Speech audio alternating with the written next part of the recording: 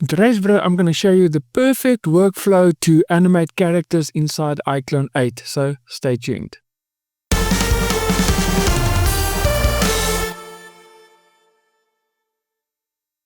Hey friend, my name is Eon and welcome to my Start Animating YouTube channel, the channel that is specifically aimed at everyone that is new to animation. And if that is you, welcome, you are at the right place. So make sure you hit that subscribe button and also click on that little notification bell so that you can get notified every week when I upload a brand new video. And we are almost reaching the 6,000 subscriber mark, so feel free to hit that subscribe, and that's a great way for you to support this channel. Now today I'm going to show you how you can, or a great workflow if you want to animate characters inside Iclone 8. I feel this is probably the best way to do it because it's a lot easier to make adjustments and to fine-tune your animations as you work. So it's just, how can I put it? It's just bit more organized, if I can put it like that. So I always believe if you have an organized workflow, it's a lot easier to animate. And so before we get to that, I just want to invite you guys to my Beat AI 3-day challenge. It is for 3 days. It's an hour every day live video call where we get together and I share with you, if you are scared about AI, the future of animation and AI, and you are doubtful that there's a future for you as an animator because AI is just getting better and better, then this challenge is for you. I can highly recommend this to you. We had the first one last month and it was just amazing, and the guys are so excited for their future and they're not scared of AI taking over their animation jobs in the future. So if you're interested in securing your future as an animator, make sure you go and sign up and register. I hope to see you there.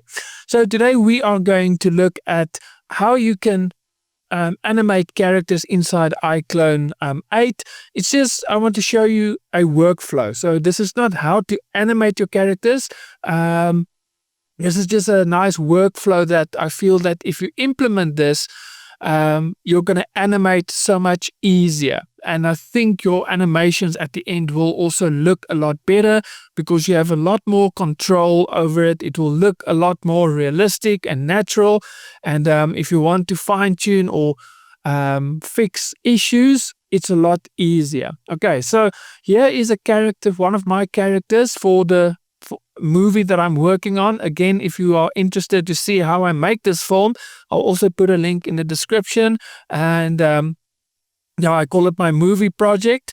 And so members can sign up and they can see how I make this film, and they also give their input. It's almost like they are part of the animation production crew, if I can put it like that. So yeah, this is one of my characters. So what I do, the first thing that I do is I first will upload a idle motion. Okay, so let me just show you why this for me is so crucial. So let me just upload it.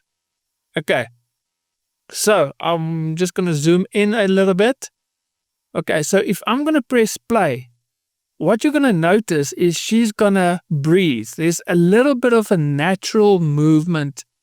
So you can see she is kind of breathing. She's not static. Okay, there's just a little bit of a natural movement in her. Okay, and that just breaks that static, unrealistic movement, because no one is just 100% still. Okay, so there's always, you breathe, there's always a little bit of movement, and this just adds to it. Okay, so let's go to the beginning. And so what I do is animation layer, and this is where the magic happens. Okay, so what you do is you go to create. Let me just animate. I just need to find it quickly.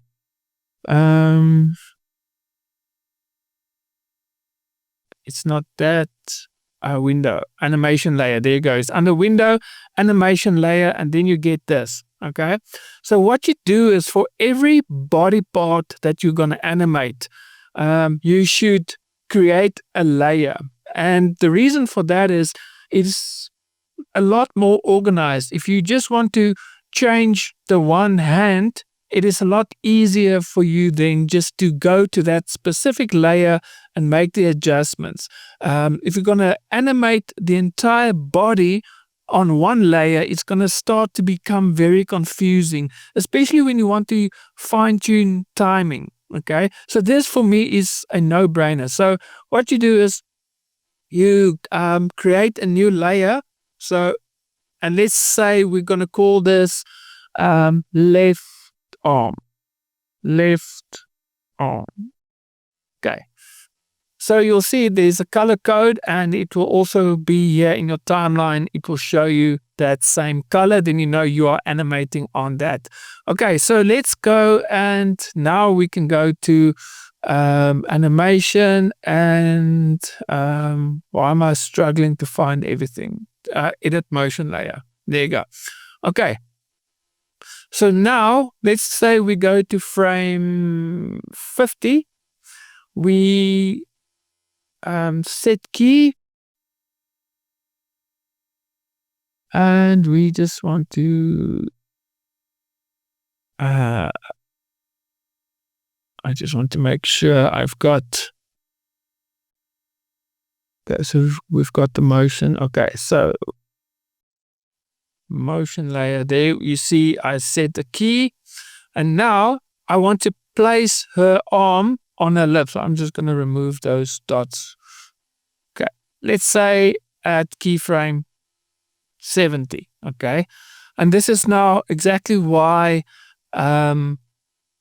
I like to do it on separate layers, because now you can easily adjust the timing. So now we can take this hand and let's place it.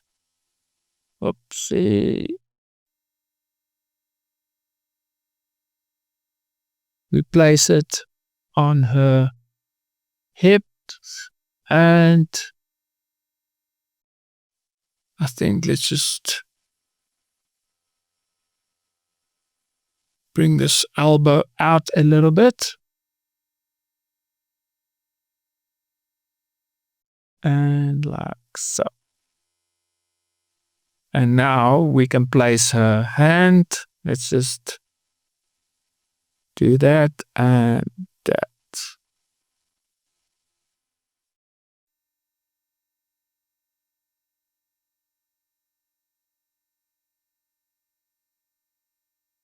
Okay. And so let's just place her hand where we want it. So let's move that in and let's move it down. Okay. So now she do that, but that is way too fast. So now it's a lot easier for you just to go and adjust the timing. Okay. And then what you can do, right click and transition curve and ease in, that slow in, slow out. And there you go. Okay, so maybe what you want to do is when she does that, you want her head to move as well. So now we create a new layer and we call it head. Head. Okay. And so we make sure head is selected. We go back to edit motion layer and we go there, and then we can set key. And if I'm not mistaken, we have gone to about 100. And now let's move ahead and let's just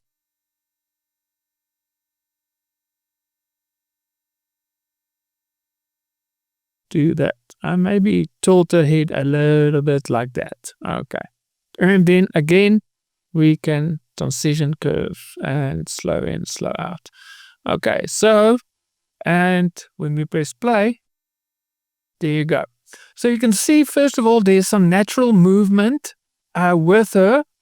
because she's breathing, and then you can kind of see we've animated that. But let's say now you just want to have a look at how her head moves. So we can, the left arm, we can take that off. Now we can see that's just the head. Okay. And that's not exactly what we want. So now let's add another layer. So let's let her upper body move as well. So we do that. We call it torso. Okay. So let's go to that frame. We go to torso. And we go to edit motion layer. We go there and we first create set keys at keyframe 100. Now we do that. Okay, and we can select transition curve like so. Okay, so if we press play,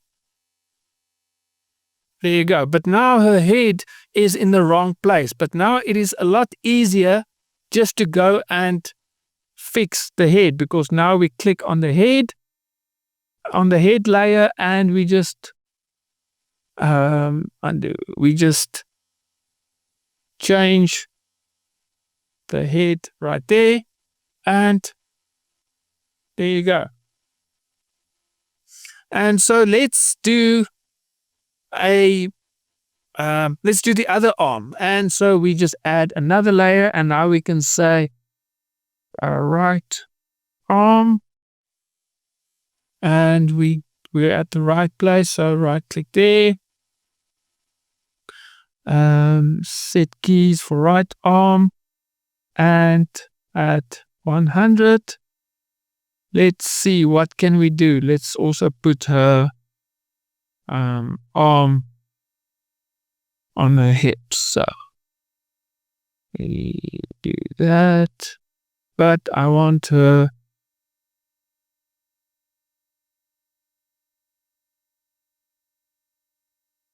like so. And then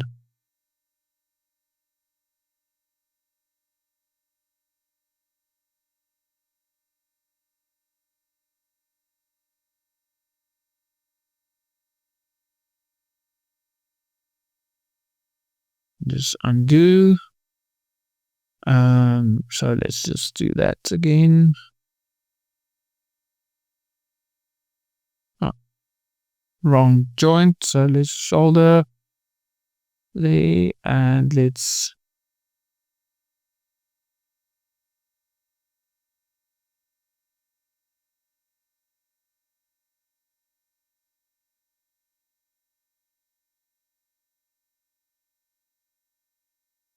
and then you just place a hand.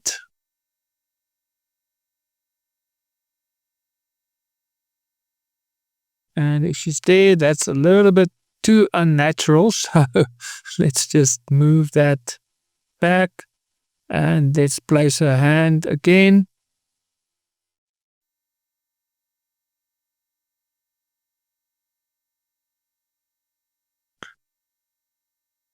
So there's a lot of fine tuning that needs to be done, but this is just to show you the process. So now we can, there you go. But I am not happy with the head placement. So now I can go back to the head layer, and I can just fine tune her head so that she looks like that. And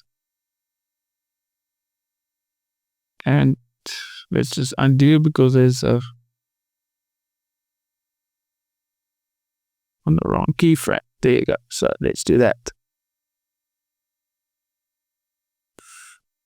And so the right arm, we just need to change the transition curve as well. The head, the torso. Just make sure everything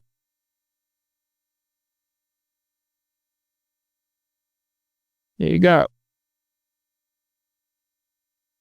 And basically that is how you do it. So now you add layers with everything you want to do. So let's make another adjustment. So let's say her upper body bends backwards a little bit. So we do torso, and now we can let her do that.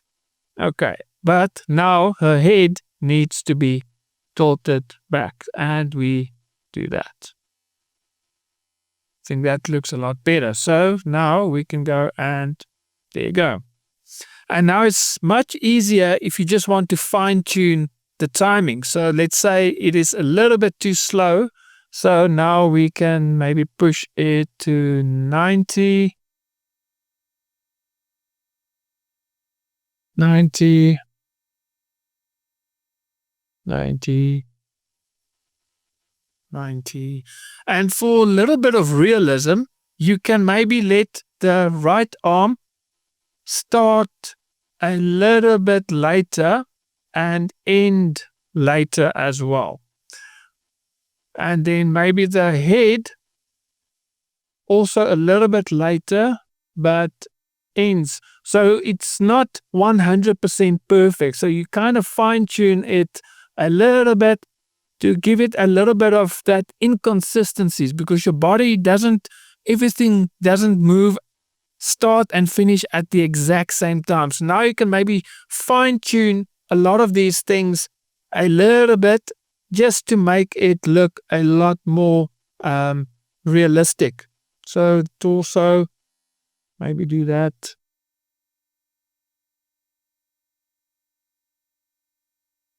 And that kind of looks a lot better. And so you can now play around with the timing. You can maybe do a lot more, maybe animate facial expressions on top of that. And there's just so much you can do. Maybe animate her leg. But the key is this animation layer. Do everything on separate layers, because now I can just fine tune the head. I can just fine tune the body. So let's do, for example, add a little bit of an arc. So she's there. Let's remove everything else. So if we're going to press play, we're only going to see that. But let's let her move. Let's just add a little bit of an arc. So she moves a little bit forward and then back. So let's make her move a little bit forward. Okay. So now if we bring everything back, that looks a lot more cartoony. There's a little bit of an arc in her movement. It's maybe a bit too much. So let's just maybe do adjustments with her head, because I think the head like so. And now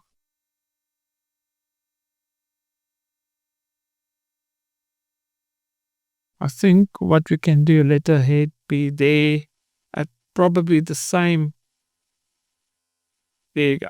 So there's a bit of a twist movement in her movement. So, and there you go. And basically, so now you can adjust each layer the way you want it and fine tune it. And if something doesn't look right, you can delete everything on that specific layer and just animate that specific layer from start. You don't have to redo your entire animation. So this is a great workflow if you want to do 3D animation. So I hope this video was helpful, and I would like to know from you guys, if you want to become a 3D animator, would you be interested in me having like a 5-day challenge or workshop where we do an hour session a day for 5 days, and we do some Iclone animation, and I'll show you how to use Iclone over 5 days. It's not going to be an online course, because I found a lot of people, they don't finish the online courses and they can't ask questions, etc. So if you are interested in becoming a 3D animator, let me know if I can get about 10 people who's interested in doing this workshop, then I will definitely do it. I'll put a link below. So what you can do is you can just enter your email so that if I have enough people that have signed up, then I will email you and say, okay, this is the day, let's do this. And we'll do 5 days, and maybe day 1, do character animation, day 2, facial animation, day 3, building a scene for your animation, etc. So it's a great way. After the 5 days, you'll have a basic understanding of how you can create your very own 3D animations using Iclone. So if you're interested, let me know. Just register so that I can send an email. If I have at least 10 people who's interested, then I will definitely do this, and I'll send an email for you so that we can do this. So if you've enjoyed this video, click that thumbs up. It's a great way for you to support this channel, and I will see you guys next week with another video. So God bless and happy animating.